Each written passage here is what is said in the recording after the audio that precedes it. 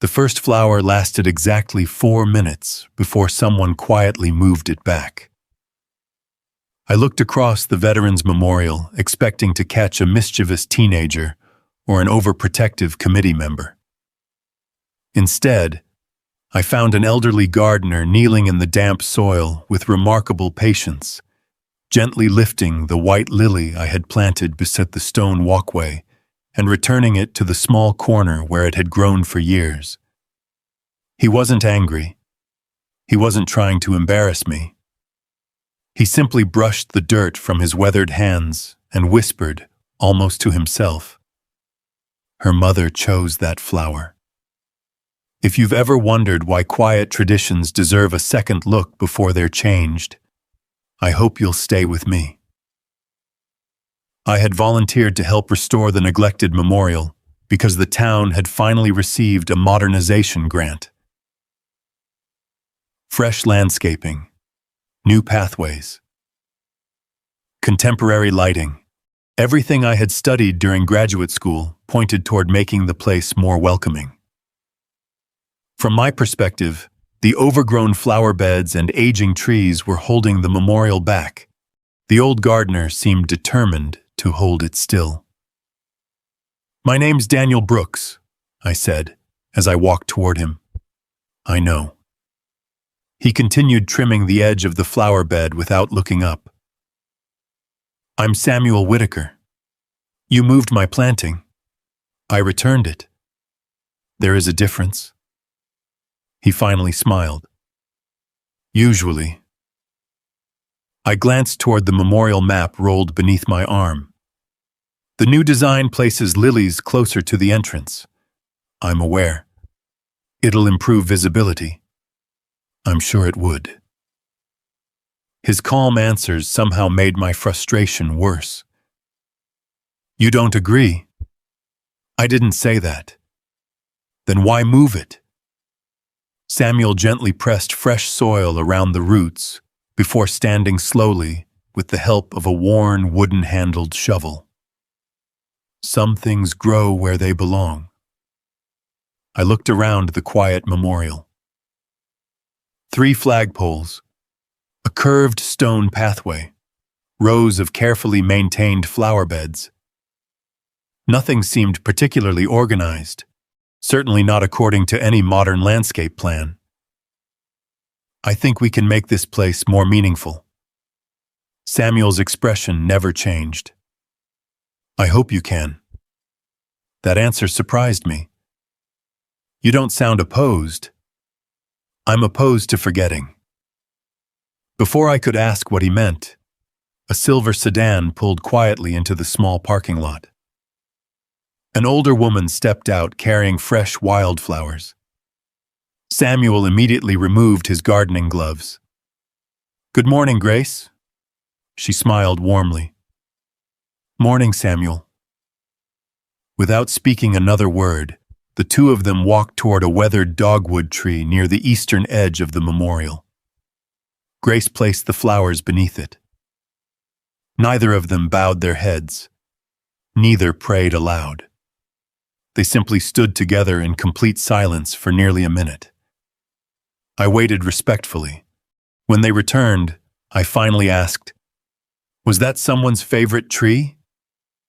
Grace looked at Samuel before answering. "It still is." Then she quietly walked away. I frowned. "What does that mean?" Samuel picked up his watering can. "It means not every answer belongs to today."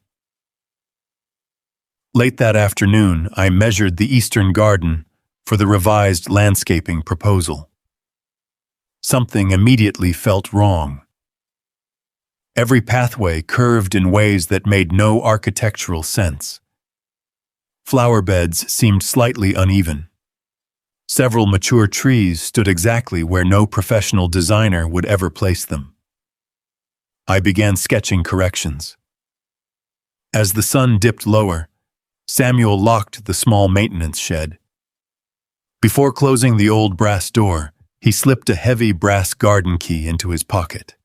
Not the office key, not the equipment key, a different one. He noticed me watching. This one stays with me. What does it open? He looked quietly toward the oldest stone building behind the memorial. A promise. Then he walked away before I could ask another question. For the first time since joining the restoration project, I wasn't thinking about landscaping anymore. I was wondering why an elderly gardener needed a key to a promise. The next morning I arrived carrying rolled blueprints instead of gardening gloves. If the town wanted the memorial restored before the grant deadline, we couldn't keep treating it like an outdoor museum. At least, that was what I believed. Samuel was already there before sunrise. He always seemed to arrive before the birds. I found him trimming a low hedge with slow, deliberate movements, stopping every few seconds to massage the stiffness in his hands before continuing. "Morning," I called. He looked up with a gentle smile. "Beautiful day. It will be if we make some progress. We already are." I unrolled the updated landscape drawings across an old wooden bench. "I've simplified the pathways." Samuel studied the sketches without speaking. "The flower beds now follow cleaner lines." He nodded politely. "We're adding benches closer to the entrance." "I see." I pointed toward the eastern section. "And we're removing 2 of these trees. They'll open the view to the memorial wall." For the first time all morning, Samuel's expression changed. Only slightly. "They've stood there a long time. They also block visibility." He rested one hand against the rough bark of the nearest dogwood. "So does memory sometimes." I sighed quietly. "We're trying to help more visitors enjoy this place." "I know." "Then why does every suggestion seem to upset you?" He looked at me for several seconds before answering. "I'm not protecting trees." "What are you protecting?" Instead of replying, he bent down and picked up a single fallen white blossom. Carefully, almost reverently, he placed it beneath the trunk.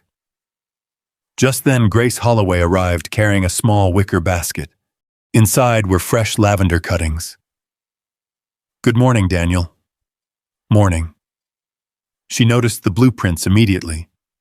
"So, the redesign has begun." "We're making improvements." Grace smiled kindly. "I hope the memorial agrees."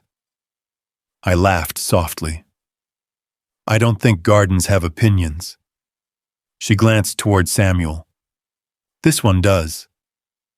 Before I could ask what she meant, Grace walked to another flower bed and planted the lavender herself.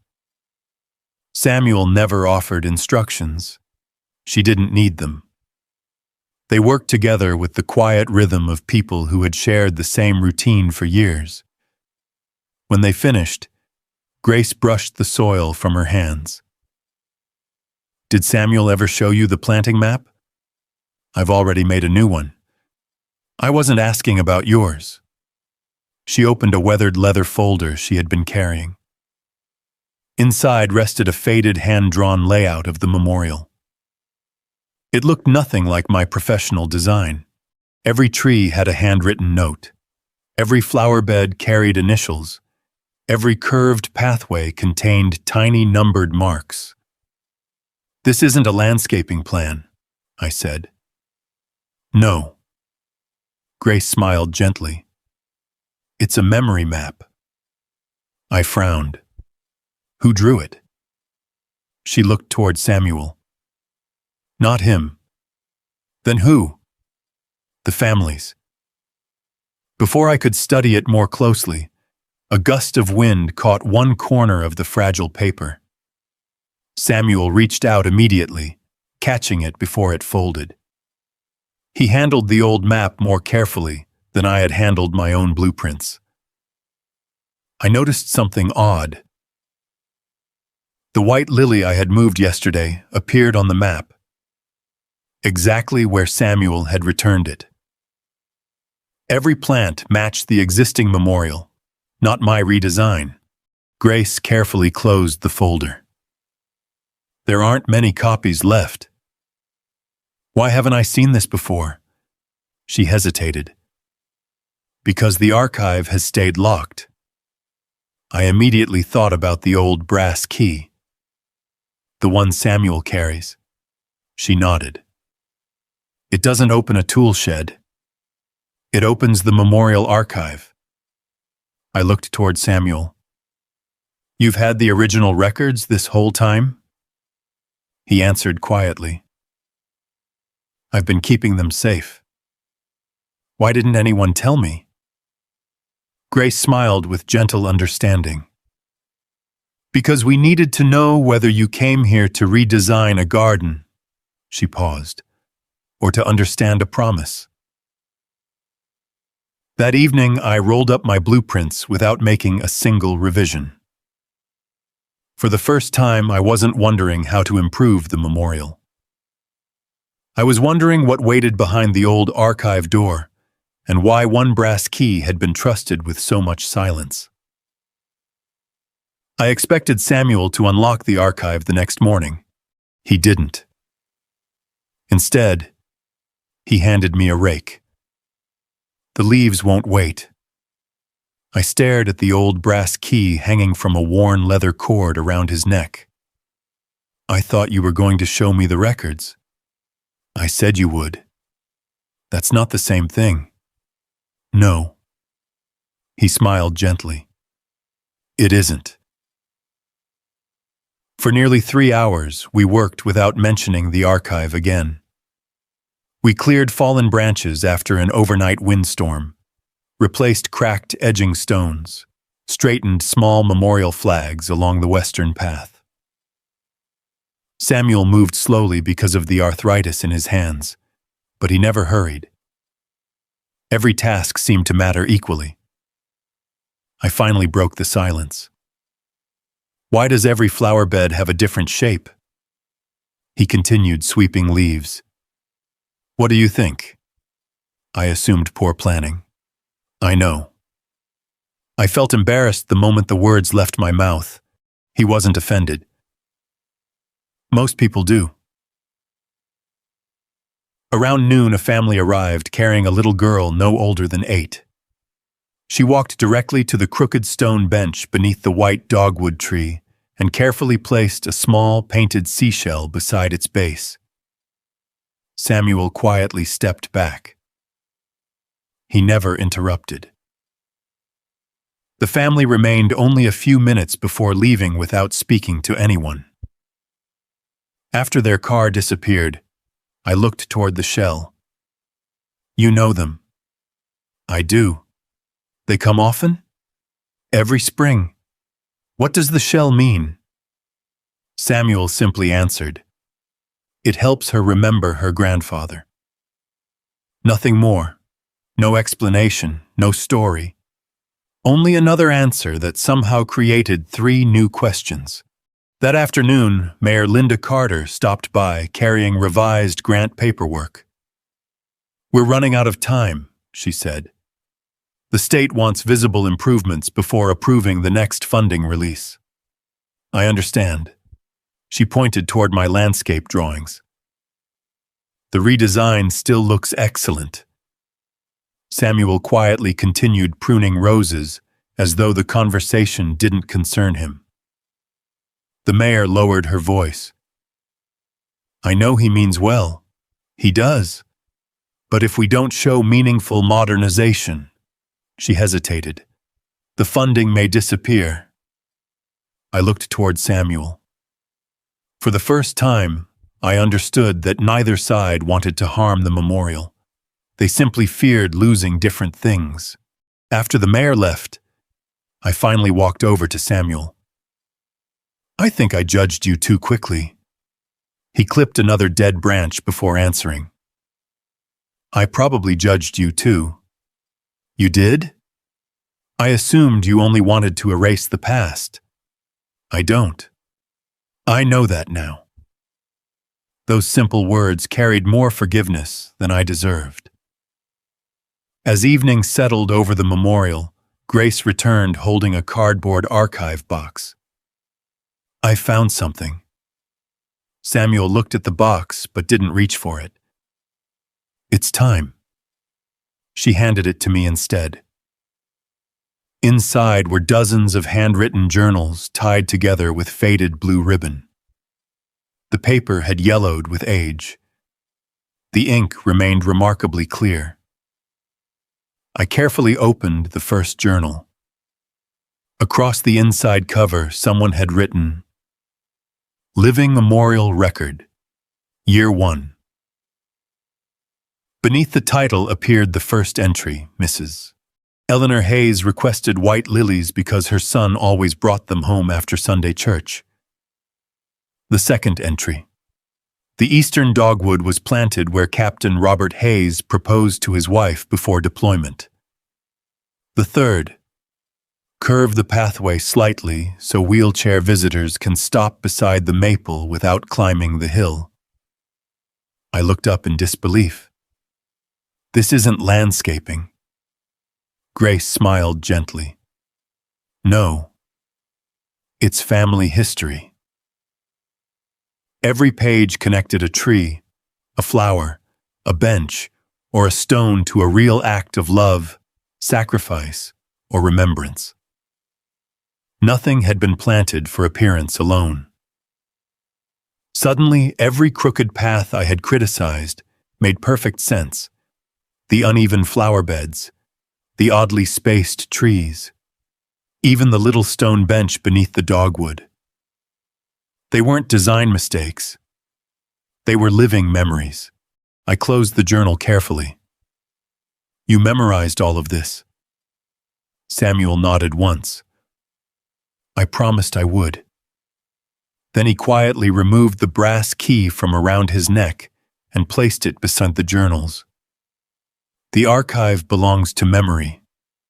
He looked directly at me. The promise, his voice softened, belongs to whoever understands why these pages matter. For the first time since arriving at the memorial, I realized I had never been hired to redesign a garden. I had been invited to learn how to protect one.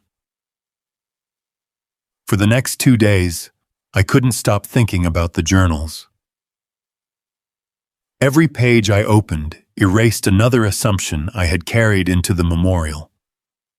I had believed I was looking at aging landscaping. Instead, I was walking through decades of carefully preserved love. The white lilies honored a Marine whose mother never missed Sunday church. The curved pathway allowed a wounded veteran's father to visit without climbing steep ground after knee surgery.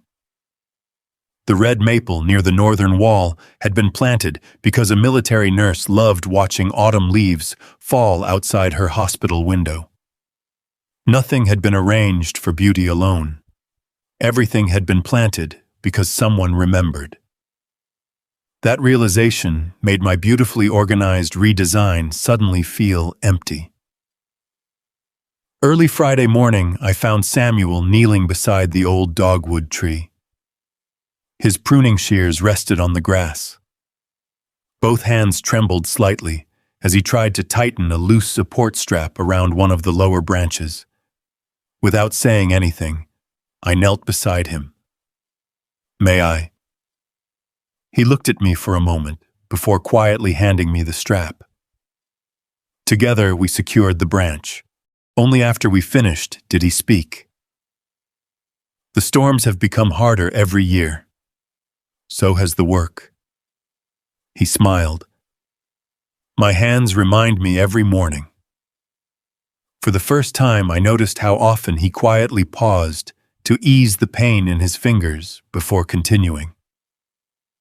Grace arrived carrying fresh coffee for both of us.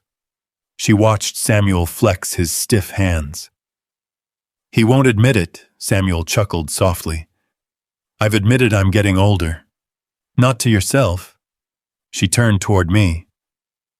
25 years ago, he could replant an entire flower bed before lunch. Samuel looked away with quiet humility. Now I celebrate finishing one. We stood together in comfortable silence. Then the mayor's vehicle pulled into the parking area. Mayor Linda Carter walked toward us carrying another folder. I wish I had better news. None of us spoke. The state reviewed the preliminary restoration photos. She sighed. They're concerned the memorial still appears outdated. I looked at the journals resting inside the archive box. It isn't outdated. I know. But grant guidelines emphasize visible modernization. Samuel quietly picked up his watering can. So they'll replace memory with symmetry. No, the mayor answered gently. They're asking for improvements people can immediately recognize. I looked across the memorial. The improvements already existed.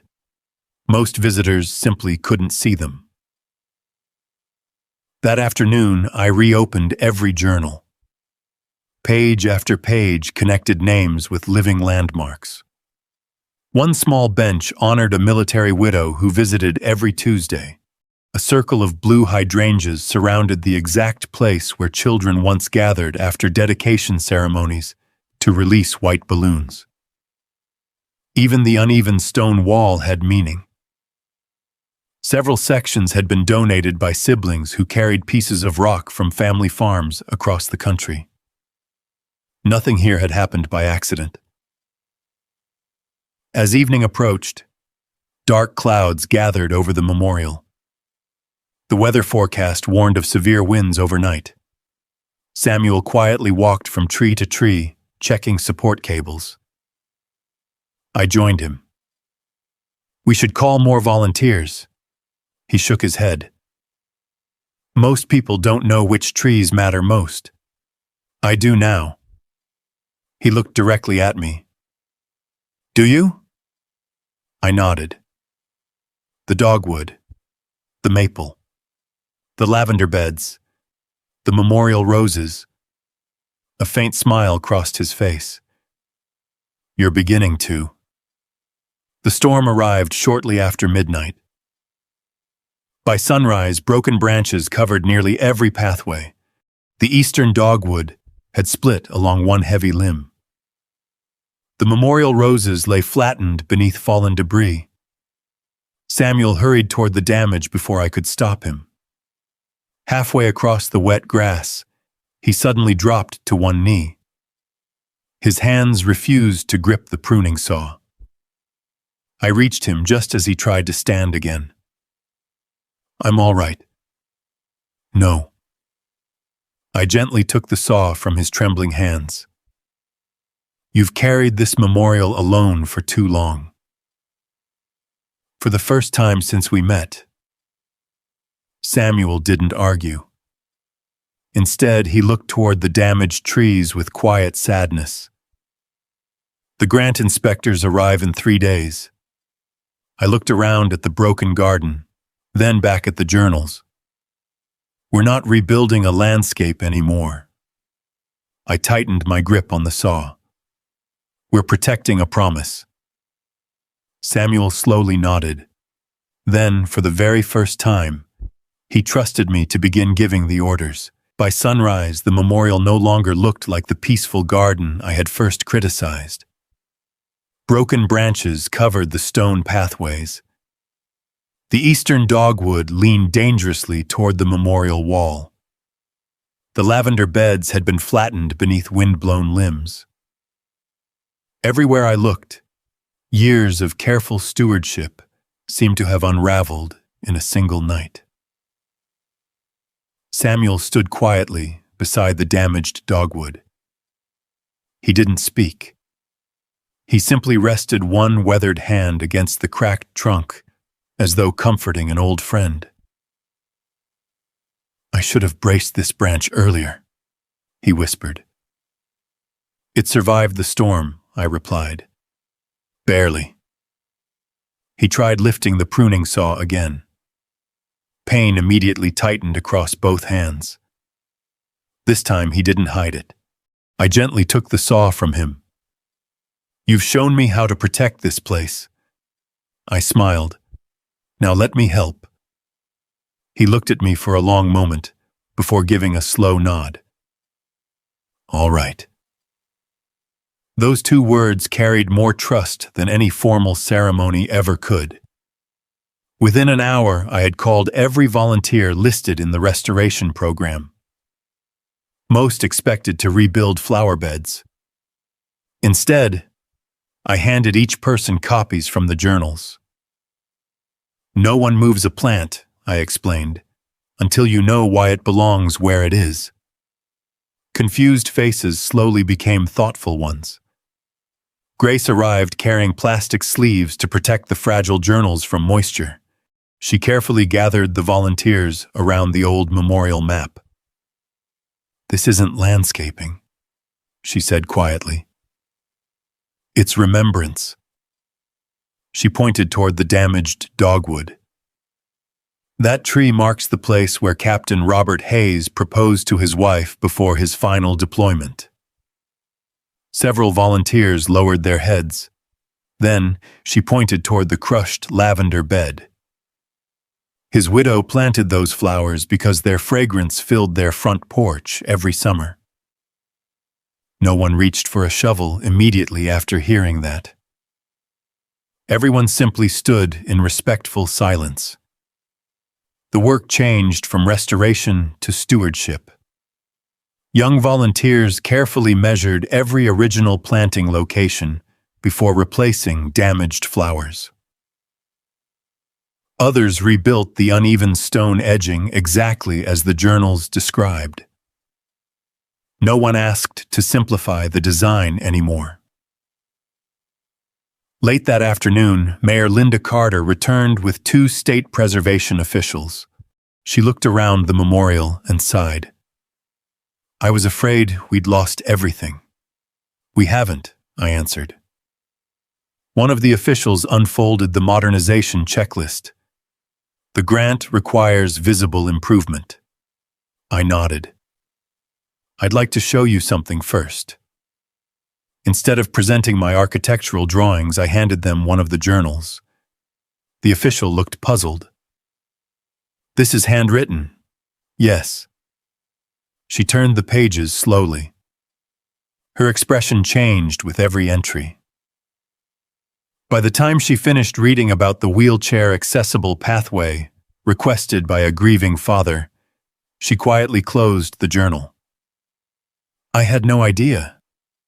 Almost no one did. Samuel remained in the background, trimming damaged branches. He never interrupted. He never defended himself. He simply continued caring for the memorial. One official looked toward him. "Has he really maintained all of this for 25 years?" Grace answered softly. "Longer than anyone else has remembered." As the inspectors walked through the grounds, families began arriving unexpectedly. Word of the storm had spread across town. An elderly widow gently replanted roses beside the memorial wall. A retired Marine straightened small flags without being asked. Children gathered fallen blossoms into baskets so they could be returned to their original places. No one had organized the effort. They simply came. Watching them, I finally understood why Samuel had waited before trusting me with the journals. The stories were never meant to win an argument. They were meant to awaken responsibility. As sunset settled across the memorial, one of the state officials quietly approached Samuel. "I owe you an apology." Samuel looked genuinely surprised. "For what?" "I thought this place needed to become something new." She glanced across the restored pathways. "I didn't realize it was already something irreplaceable."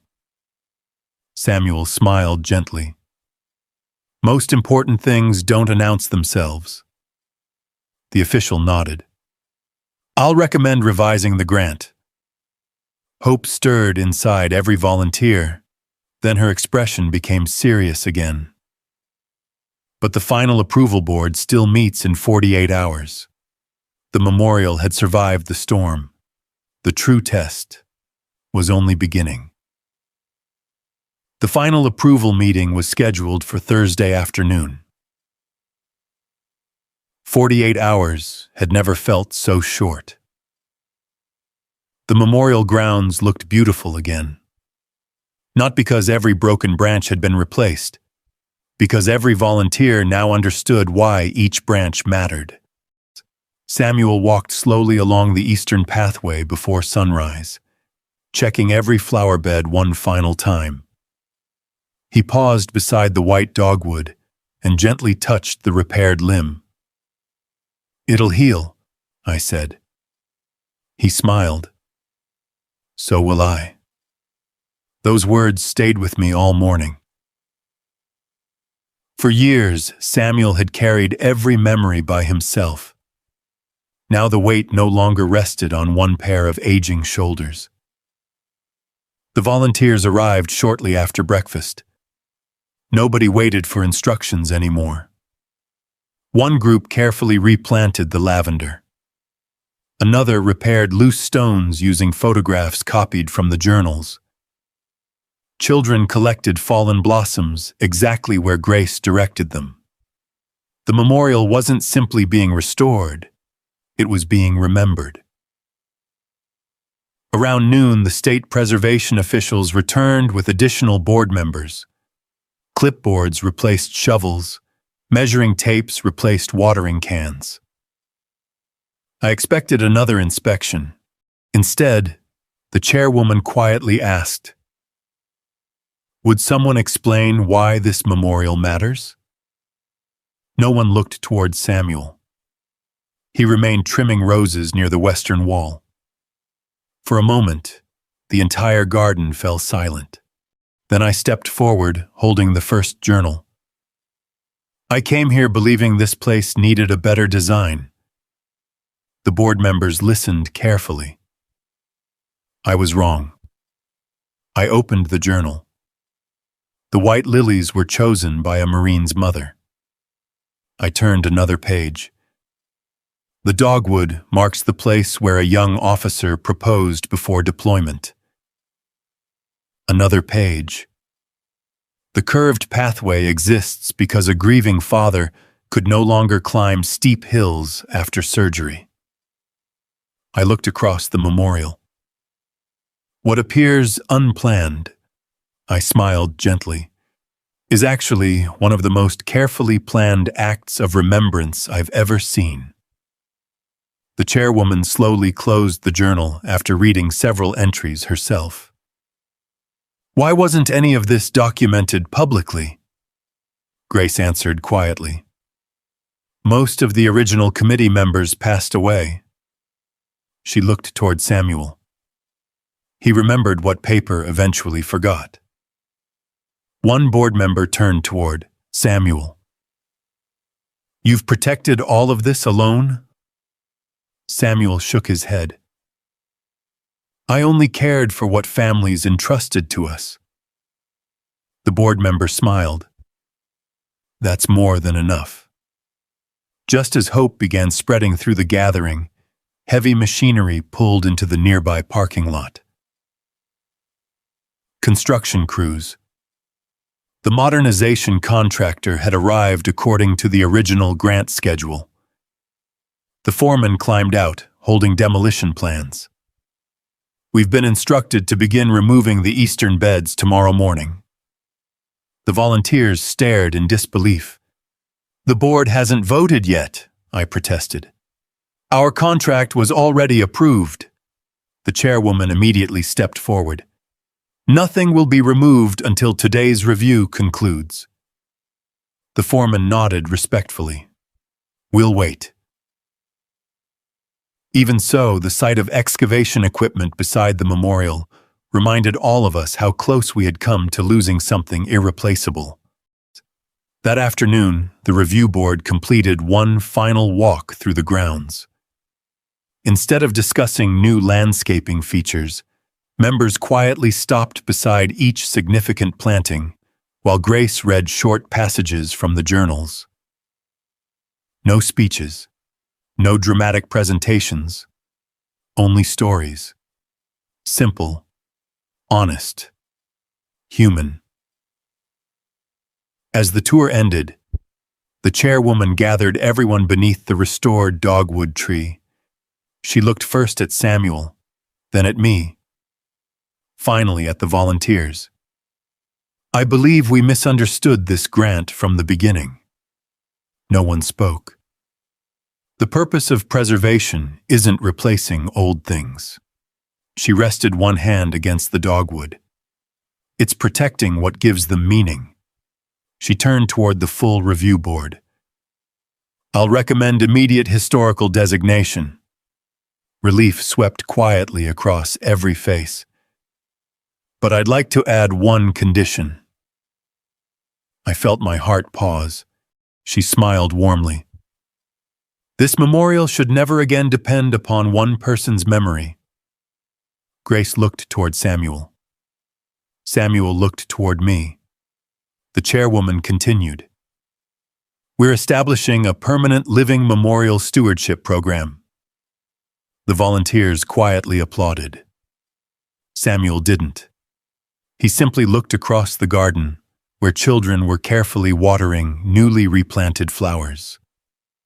His eyes reflected something deeper than happiness. It looked like peace. As everyone prepared to leave, Samuel reached into his pocket. The old brass garden key rested quietly in his hand. He looked at it for a long moment. Then he looked toward me, without saying a single word. He knew exactly who would receive it next. The official letter arrived the following Monday. It wasn't framed. It wasn't presented during a ceremony. Mayor Linda Carter simply carried it across the memorial grounds in a plain manila envelope and handed it to Samuel while he quietly watered the white lilies. He dried his hands on an old gardening towel before opening it. The letter was only 2 pages long. After reading the first paragraph, he folded it again without saying a word. Well? The mayor asked with a smile. Samuel handed the letter to me instead. The memorial had officially received permanent historical landscape designation. Future funding would preserve both the grounds and the journals.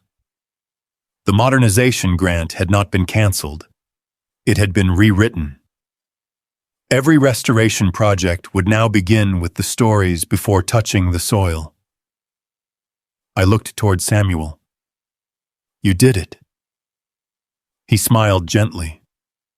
We did. Grace quietly corrected both of us. The families did.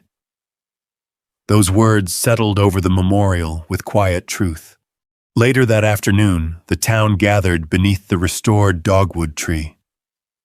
No stage had been built. No speeches had been rehearsed.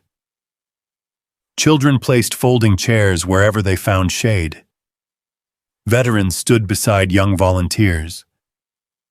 Gold Star families carried photographs instead of flowers. Everything felt simple, exactly the way Samuel preferred. Mayor Carter stepped forward first. I intended to thank one gardener today. She looked around the memorial. I've realized that would be far too small. She turned toward the crowd. This place survived because one man protected its memories. Then she looked toward the volunteers. It will continue because an entire community has decided to protect them together. Applause filled the garden. Samuel quietly lowered his eyes. Recognition had never been what he wanted. Grace stepped beside him, holding the oldest journal. The original committee left one final instruction. She carefully opened the final page. When the day comes that these stories belong safely to the next generation. She smiled toward Samuel. Give them the key before you give them the garden. Silence spread gently through the gathering. Samuel slowly reached into his jacket pocket. The old brass key rested in his palm. For a long moment he simply looked at it. The worn edges reflected decades of quiet use. He walked toward me. I carried this longer than I expected. I smiled. I know. I thought protecting the memorial meant never letting go. He gently placed the brass key into my hand. It doesn't. The key felt surprisingly heavy. Not because of the metal, because of everything it represented. I don't know if I can remember every story. Samuel laughed softly. Neither did I. You memorized them. I learned them. He looked toward the journals resting on the wooden table. The stories will teach you again. Grace carefully closed the final journal. And someday, she looked toward several teenage volunteers planting new flowers nearby. You'll teach someone else. Just then, one of the children approached, carrying a tiny white sapling. Mr. Whitaker? Samuel knelt carefully, despite the stiffness in his knees. Yes?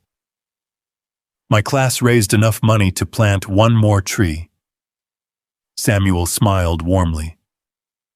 Who are we planting it for? The little girl shook her head. My teacher said. She looked toward the memorial wall. This one is for everyone who hasn't been remembered yet. Samuel's eyes quietly filled with tears. He looked toward me. Would you help her choose the right place? I understood immediately. Not the most beautiful place, not the most visible place, the place where future stories could someday begin. Together we planted the small sapling near the entrance. Not to replace the old trees, but to remind every visitor that remembrance is never finished. As the evening sunlight settled across the memorial, I slipped the brass key into my pocket for the first time. It no longer opened only an archive. It opened a promise shared by many hands. And for the first time in 25 years, Samuel walked home without carrying it. 1 year later, the memorial looked almost exactly as it always had. That was the point. Visitors still followed the gently curving stone pathways. The white lilies still bloomed beside the eastern walk. The lavender carried its familiar fragrance through the summer air. The old dogwood stretched gracefully above the weathered bench, where families continued to pause in quiet reflection. Nothing appeared dramatically different. Yet everything had changed. Every new volunteer now began their first morning the same way. Not with a shovel, not with pruning shears, with a journal. Before touching a single flower or moving one stone, they spent an hour learning why each part of the memorial existed. Only then did the gardening begin. The Living Memorial Stewardship Program quietly became one of the town's proudest traditions. No one applied because they wanted recognition. They came because they understood that remembrance is something entrusted, not owned. Samuel visited almost every morning. He no longer carried tools. Instead, he walked slowly through the garden with a small cup of coffee, greeting families by name and smiling whenever he saw young volunteers explaining the stories behind the flowers. One crisp autumn morning, I found him sitting beneath the restored dogwood. "You aren't checking my work anymore?" I asked with a smile. He laughed softly. "I stopped checking months ago. You trust us. I trust the promise. Those words meant more to me than any award ever could. I reached into my jacket pocket and gently removed the old brass key. I still keep it with me. Samuel nodded. Good. But I don't think it belongs to one person anymore. He smiled. Exactly. That afternoon, we placed the brass key inside a small glass display case in the memorial archive. Beneath it rested a simple brass plaque. This key never belonged to a building. It opened the responsibility to remember. No names, no titles, no praise, only the purpose. Grace quietly closed the archive door behind us. I think the committee would have approved. Samuel looked around the room filled with journals, photographs, planting maps, and handwritten family notes. They already did. As we walked back into the garden, a group of elementary school children entered through the front gate carrying notebooks of their own. Their teacher smiled. They're here to document this year's new memorial tree. I watched the children gather around the young sapling planted months earlier. One little boy carefully wrote in his notebook, "This tree reminds us to remember people we have not met yet." Samuel quietly read the sentence over his shoulder. He looked at me with tears shining gently in his eyes. The promise will outlive both of us. I nodded. That's how we know we kept it well. As the afternoon sun settled across the memorial, visitors continued arriving one family at a time. Some carried flowers. Some carried photographs. Many carried only quiet memories. Every one of them found a place that still looked exactly the way someone they loved had once hoped it would. If this story reminded you that preserving the past is one of the greatest gifts we can offer the future, I hope you'll carry that lesson with you. Sometimes the most important guardians are the ones who never stand in front of history. They quietly care for it until someone else is ready. Thank you for sharing this journey. May God bless you, and may every promise rooted in honor, remembrance, and quiet service continue to bloom for generations yet to come.